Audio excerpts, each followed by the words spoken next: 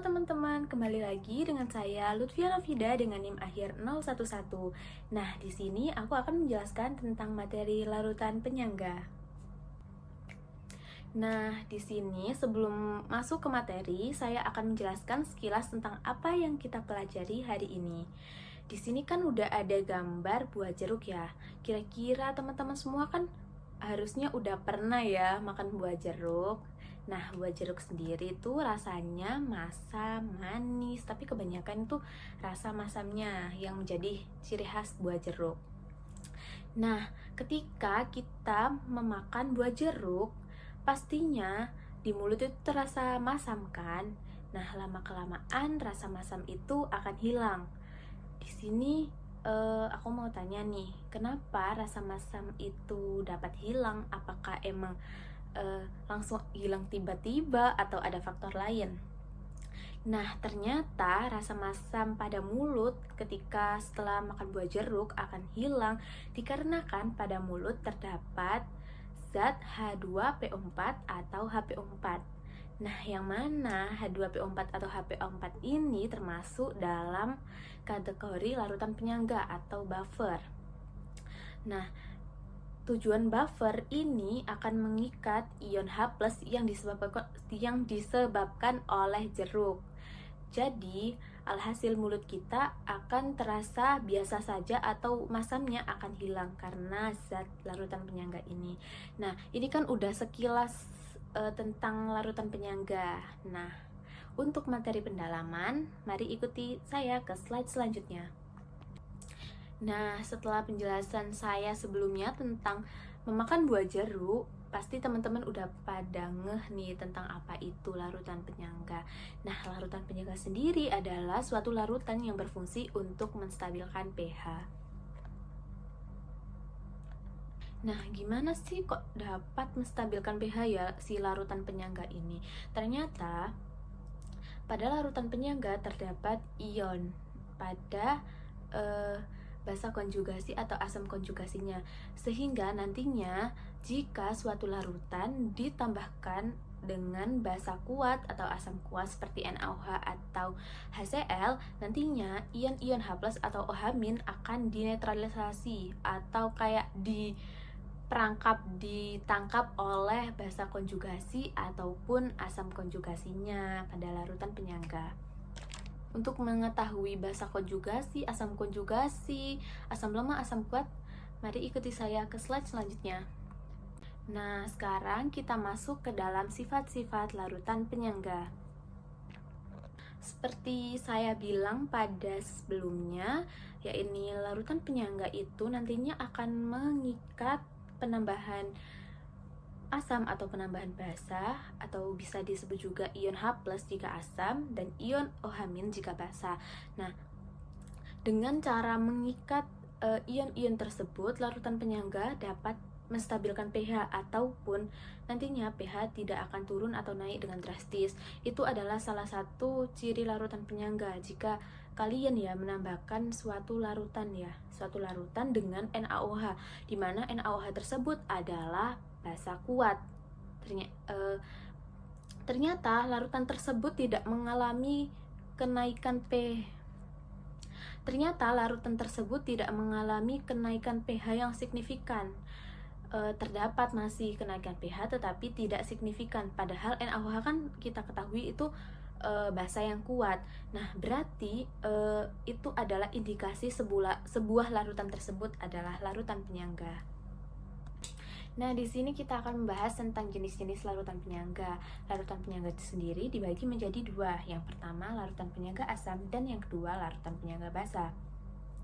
Nah, larutan penyangga asam sendiri terdiri dari asam lemah dan basa konjugasinya. Sedangkan pada larutan penyangga basa terdiri dari basa lemah dan asam konjugasinya.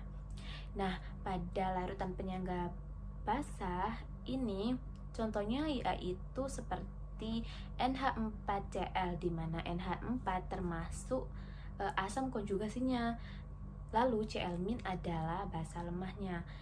Dan pada contohnya lagi pada larutan penyangga asam yaitu CH3COONA, di mana CH3COO adalah basa konjugasi, sedangkan Na adalah asam lemah.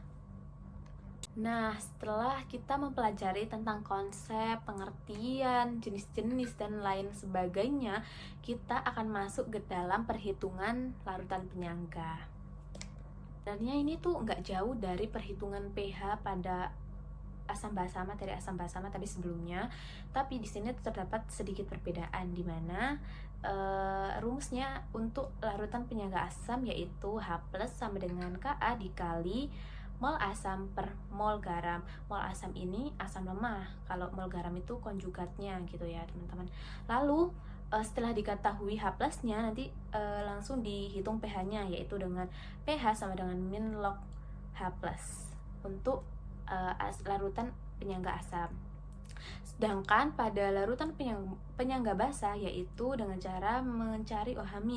Lah, mencari OH- ini dengan cara OH- sama dengan Kb dikali mol basa per mol garam.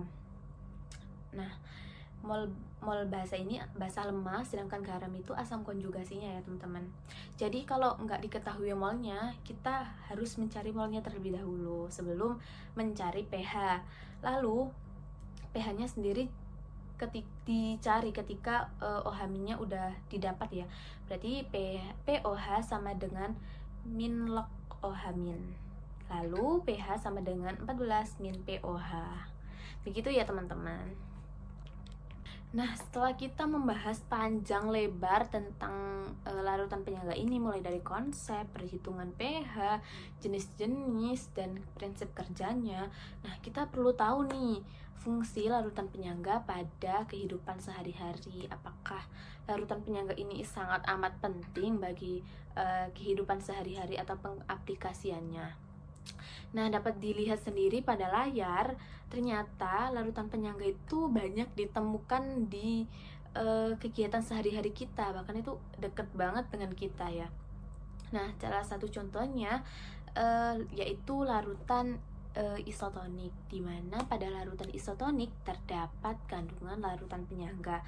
Nah, larutan penyangga pada minuman isotonik ini berfungsi untuk mengganti cairan tubuh atau elektrolit tubuh yang hilang. Nah, elektrolit tubuh ini kan mengandung larutan penyangga ya yang alami dalam tubuh. Ketika larutan elektrolit ini hilang, sistem untuk menjaga kestabilan pH dalam tubuh itu akan berkurang. Makanya pada larutan isotonik diperlukan untuk menjaga kestabilan pH dalam tubuh atau dalam darah gitu. Dan yang kedua adalah dalam pasta gigi atau odol. Nah, kita kan sering ya makan makanan itu kayak banyak sisa di mulut. Nah, itu akan mengakibatkan, jika mengalami pembusukan, mengakibatkan pengikisan pada imbal gigi atau mengakibatkan karies. Maka dari itu kita disarankan untuk menggosok gigi menggunakan pasta gigi. Nah, ternyata dalam pasta gigi terdapat larutan penyangga, dimana ini nanti fungsinya untuk menstabilkan pH dalam mulut sehingga tidak ada sisa-sisa makanan yang dapat mengikis gigi kita atau mengikis imbal gigi yang nantinya akan mengakibatkan karies pada gigi gitu. Nah, selain itu larutan penyangga juga terdapat pada minuman atau makanan kaleng. Nah, pada makanan kaleng sendiri larutan penyangga itu berfungsi untuk menjaga agar makanan ini tuh tetap awet gitu teman-teman. Jadi dengan cara menstabilkan pH pada makanan itu sendiri sehingga menjaga agar makanan tersebut tidak busuk dalam kaleng dan tetap awet dalam jangka yang panjang. Selain itu, larutan penyangga juga ditemukan pada shampoo dan obat tetes mata. Nah, sekian pemaparan atau penjelasan materi dari saya mengenai materi larutan penyangga. Semoga video ini dapat bermanfaat bagi teman-teman. Kurang lebihnya mohon maaf. Wassalamualaikum warahmatullahi wabarakatuh.